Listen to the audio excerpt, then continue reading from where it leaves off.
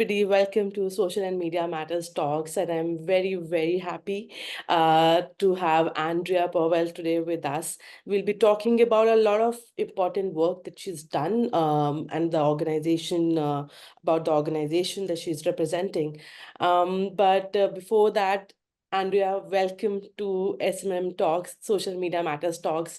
This is our initiative to invite experts like you and have a word about the initiatives that are happening in the sphere of safety of in the digital sphere and also on the ground. What are the initiatives that people have taken up?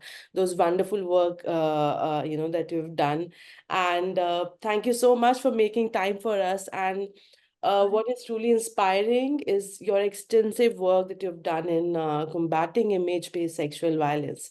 So once again, thank you so much for making time for us. Yes, thank you for having me. I appreciate it. Thank you. So, Andrea, let's start by discussing some of the current trends and challenges in combating online image-based sexual violence. So, given that the prevalence of online image-based sexual violence ranges from 16% to 58%, what would be those insights that you can share with us about the trends and challenges in combating specifically this form of abuse, particularly concerning child safety? Thank you so much for the question. So as you mentioned, I have a background in working directly with survivors of image-based sexual violence. So the Reclaim Coalition is an initiative or a program of a larger organization that focuses on what we call field catalytic work. So uplifting not just the issue, but trying to support an entire emerging field that's addressing in this case, new form of violence against women and girls. Image-based sexual violence at its core, while people often focus on the sexual piece of it, what it's really about is power and control.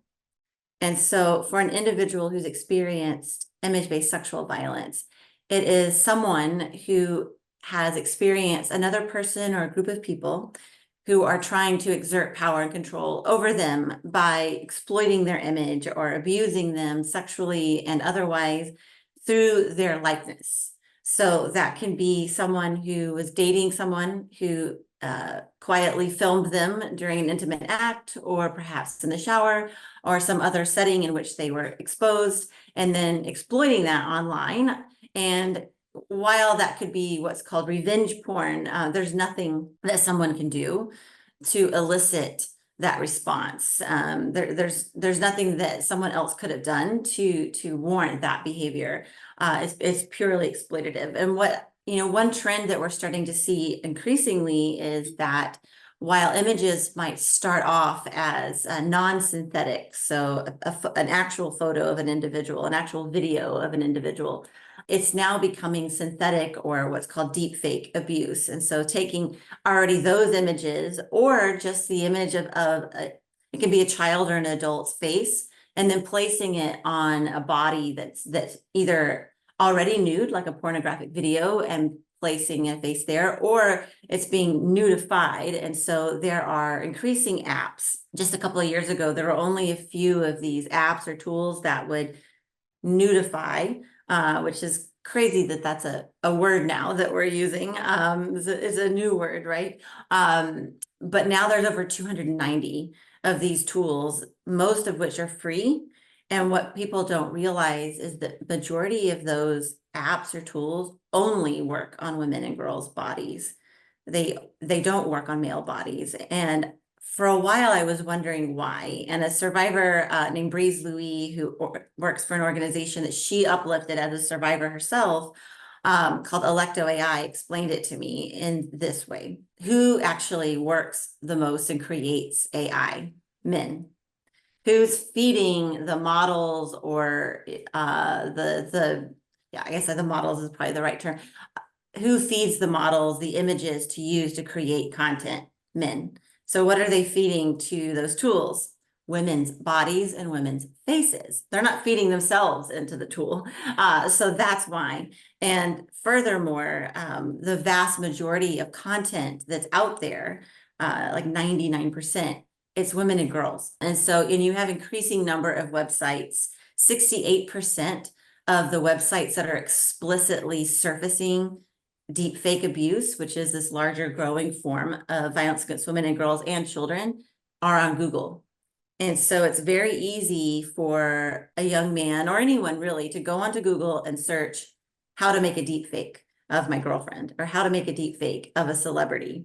And within seconds, they get tools that are free, accessible, and they get links to all of these websites that host this content explicitly and only this content. So what you're seeing is a trend, kind of getting back to your core question, is that there's a culture emerging. It's not just a few bad actors creating this content or a few kind of stupid guys who don't realize the harm they're going to cause by creating this content and posting it. You're seeing a culture emerge in which there's a community that is organized and strategic and profiting off of a new culture that creates abuse content of women and girls and celebrates it. It's not just that they do it secretly in the dark, it's out there in the open for anyone to find. And finally, I'll add that there are companies like OpenAI that are now exploring whether or not they want to profit publicly. They're exploring, do they want to profit off of what they're calling deep fake porn?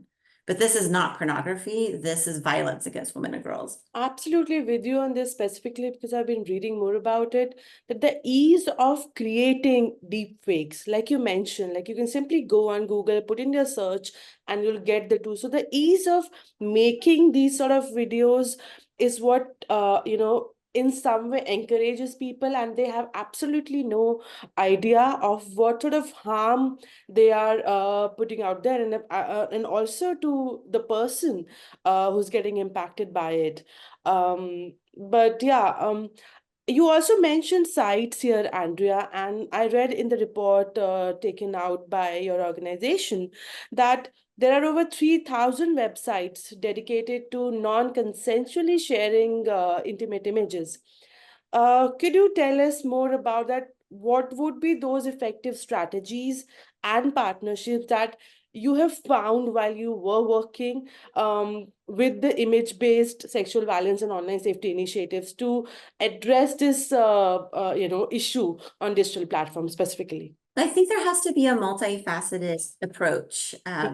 First of all, we need to ensure that globally, so not just the United States or India or the UK, globally, we have a coordinated policy response on a legislative level. So there needs to be full focus on ensuring that creating this content, holding this content, distributing this content is illegal. And that not only supports survivors, but it indicates to those who are creating the content that it is in fact a crime, that it's not harmless, that it isn't a joke, that it isn't there for their own pleasure and profit, that it's a crime. Because right now, that is not the landscape in many countries, including the United States. Second, we need for technology companies to join this movement to stop this form of abuse. And that is not to speak in an adversarial tone, but many of the larger platforms, while they're starting to address the harms that AI can cause and starting to use AI in different and new ways, what's really important is we need a coordinated response to suppress the content, prevent the content. So we need to start with the origin of the content or the provenance to identify what's fake and what's real, and to understand that fake or synthetic intimate imagery is almost always non-consensual. There could be individuals who are creating synthetic sexual content of themselves, and that's certainly a separate matter and a separate conversation and not what we're talking about. But the vast majority is not consensual. And so synthetic intimate image needs to be identified as such. Secondarily, we also need to make sure that content like that is non-consensual, i.e. it's not generated by the individual who's depicted, is suppressed and taken down. And it shouldn't be that the individual who's being abused is responsible to go to each of the individual websites, because there could be thousands and hundreds or thousands of URLs posting that content. If an individual has to be alone and standing up against that abuse. They're effectively creating a digital rape kit of themselves. They're collecting the evidence, they're contacting the platforms, they're trying to get the imagery down. It's an overwhelming task, almost impossible for an individual to do, in particular if they're in duress, if they're having fear. So first you have the policy changes that need to take place. You need technology partnership for swift and immediate suppression of the content and removal of non-consensual content.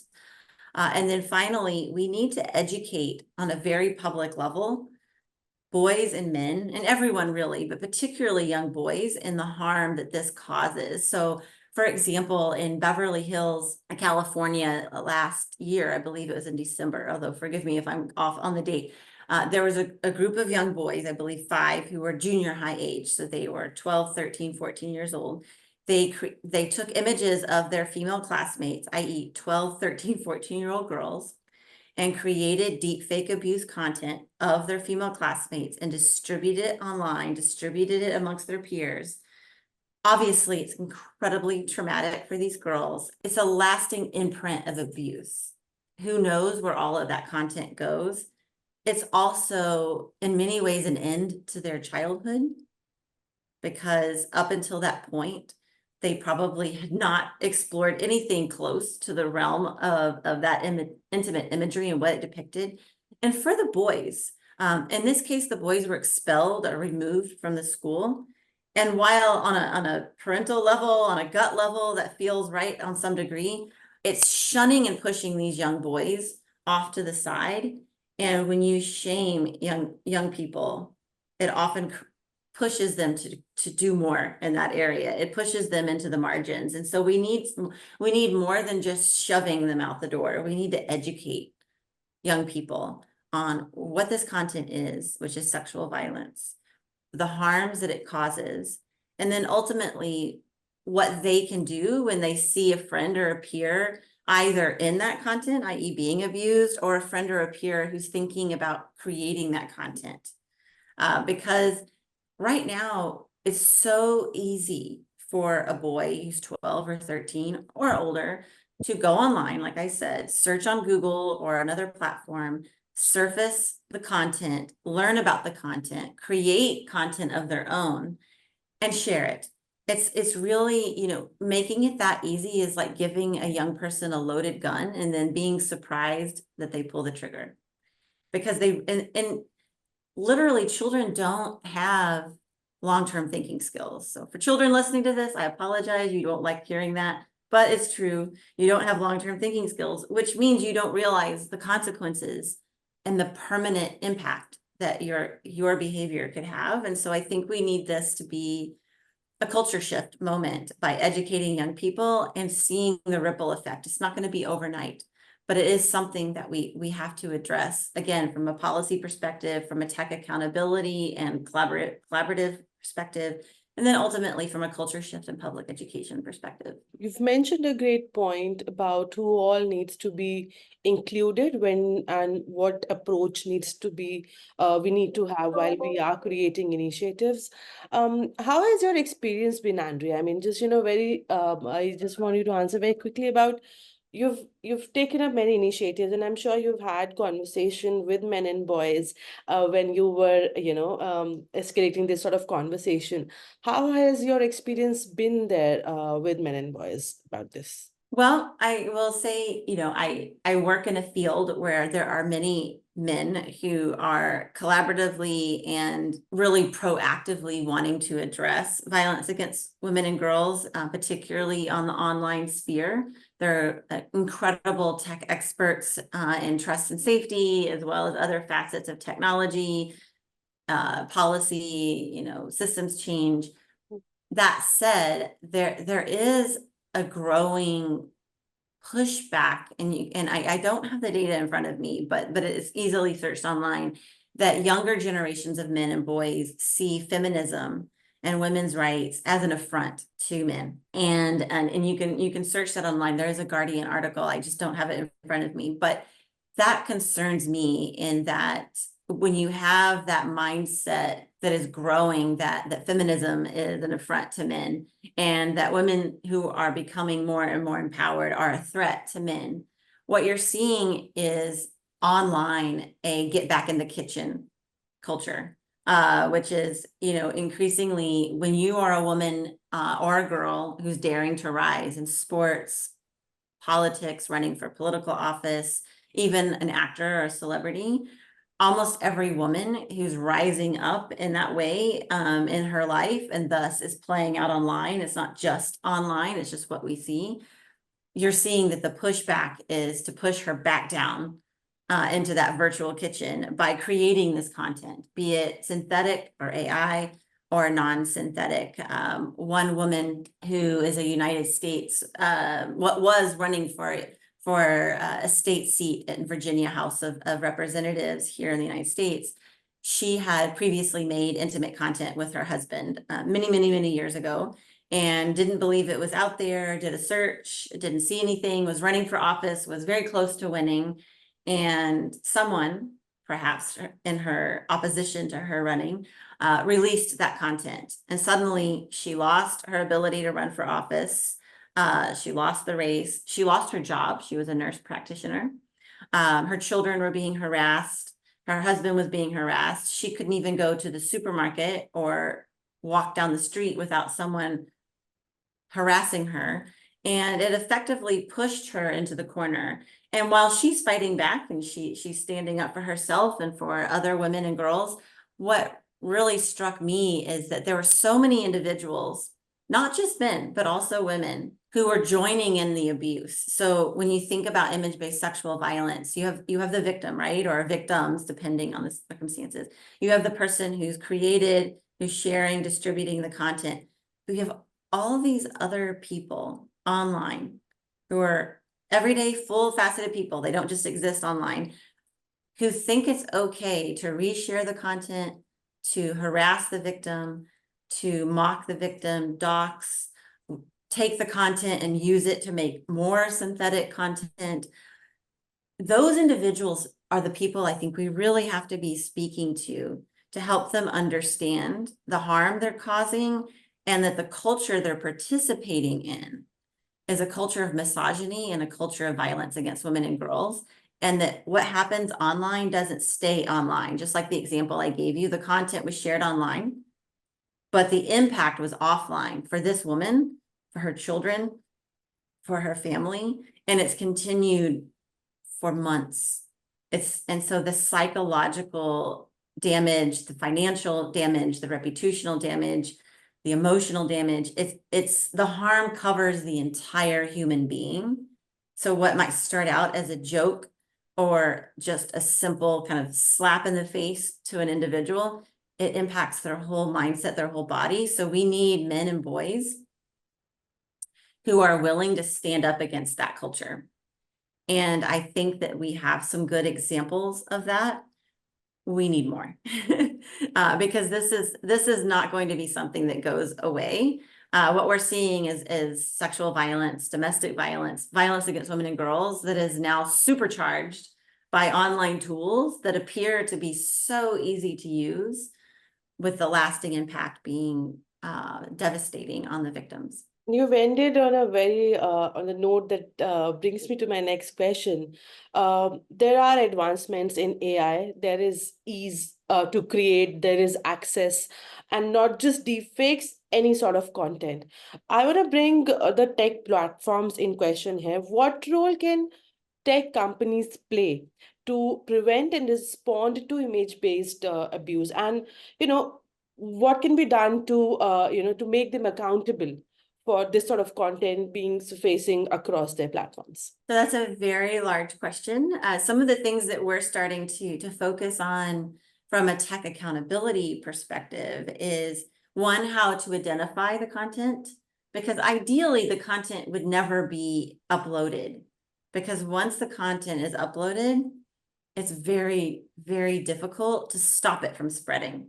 We also need a consistent policy, not just across individual platforms, but a spectrum of platforms. So we need Meta, TikTok, Snap, you know, and I'm not just singling them out as big platforms, but we need platforms across the spectrum to have a unified approach to suppressing the content, but also removing the content. So once content is flagged, one example would be, instead of embarking on a long investigation about whether or not this intimate content that's been flagged as non-consensual should or shouldn't be removed, simply suppress it while you're conducting the investigation would be a simple solution.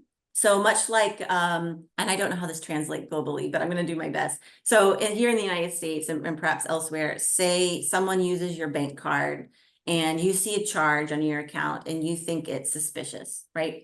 So you contact your bank and your bank will stop the transaction, will recredit your account possibly, and hold while they investigate. Now, they might conclude that they believe that the transaction was in fact authorized by you, and therefore your funds are taken for that. Or they might conclude that it was that it was a transaction that was illegal, and then you get your money back. But in the meantime, that actor cannot continue to withdraw funds from your account.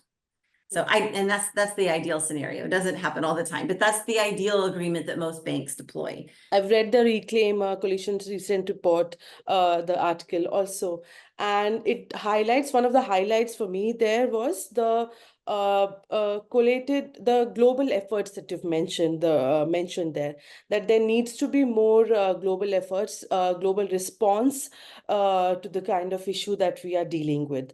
And I just want you to finish on a note where you can tell us a little bit more about the coalition's efforts and how they are making a difference in preventing image-based online abuse. So the Reclaim Coalition is a global partnership. We have partners across 14 countries, and we are survivor-centered. So what that means is that we initially, in the inception of the Reclaim Coalition, Panorama Global, with myself and others, identified survivors from across the globe, to the best of our ability, of all forms of image-based sexual violence.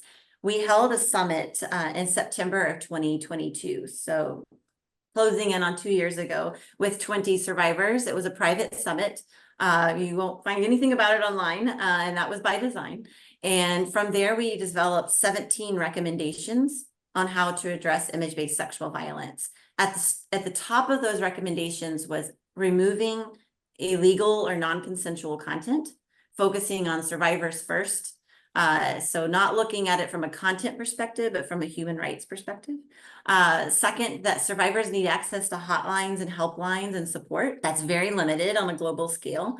There's one example of one of our partners, the Revenge Porn Helpline out of the UK.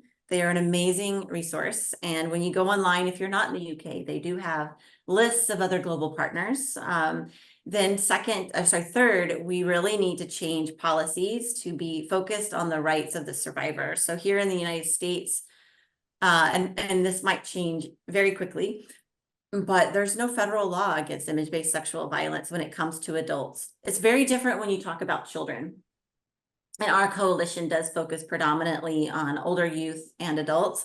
You know, looking at the issue of image-based sexual violence from the perspective of the child rights lens, one thing the coalition is looking at is the impact of exposure to image-based sexual violence on children, particularly boys, and how that shifts their understanding of what is or is not acceptable and what is or is not sexual violence.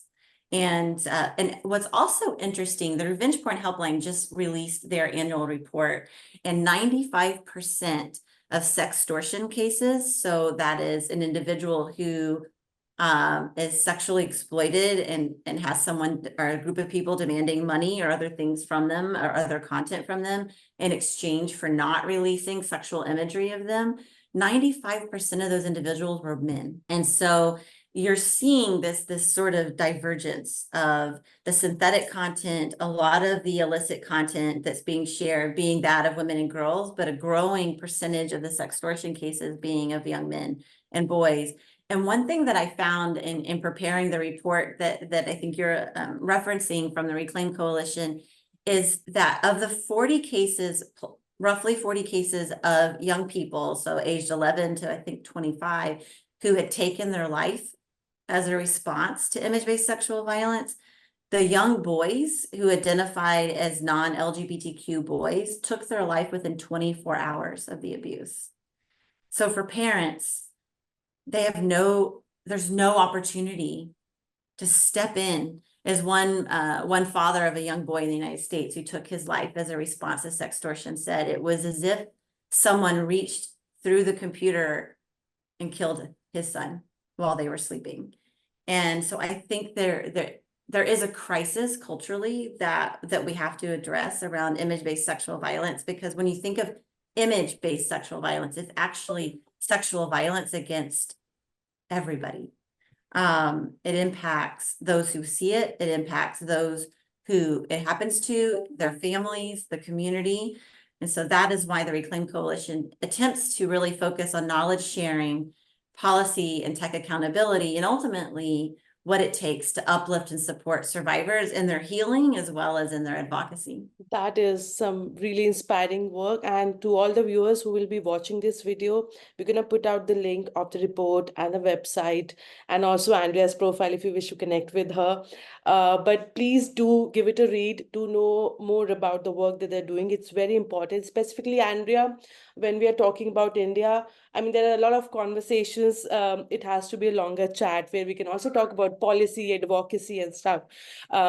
So I think we will connect very soon with you again. But Yes, for that'd be today, wonderful. thank you. But thank you so much for today's chat with us, and Thank you. very happy we could do this together.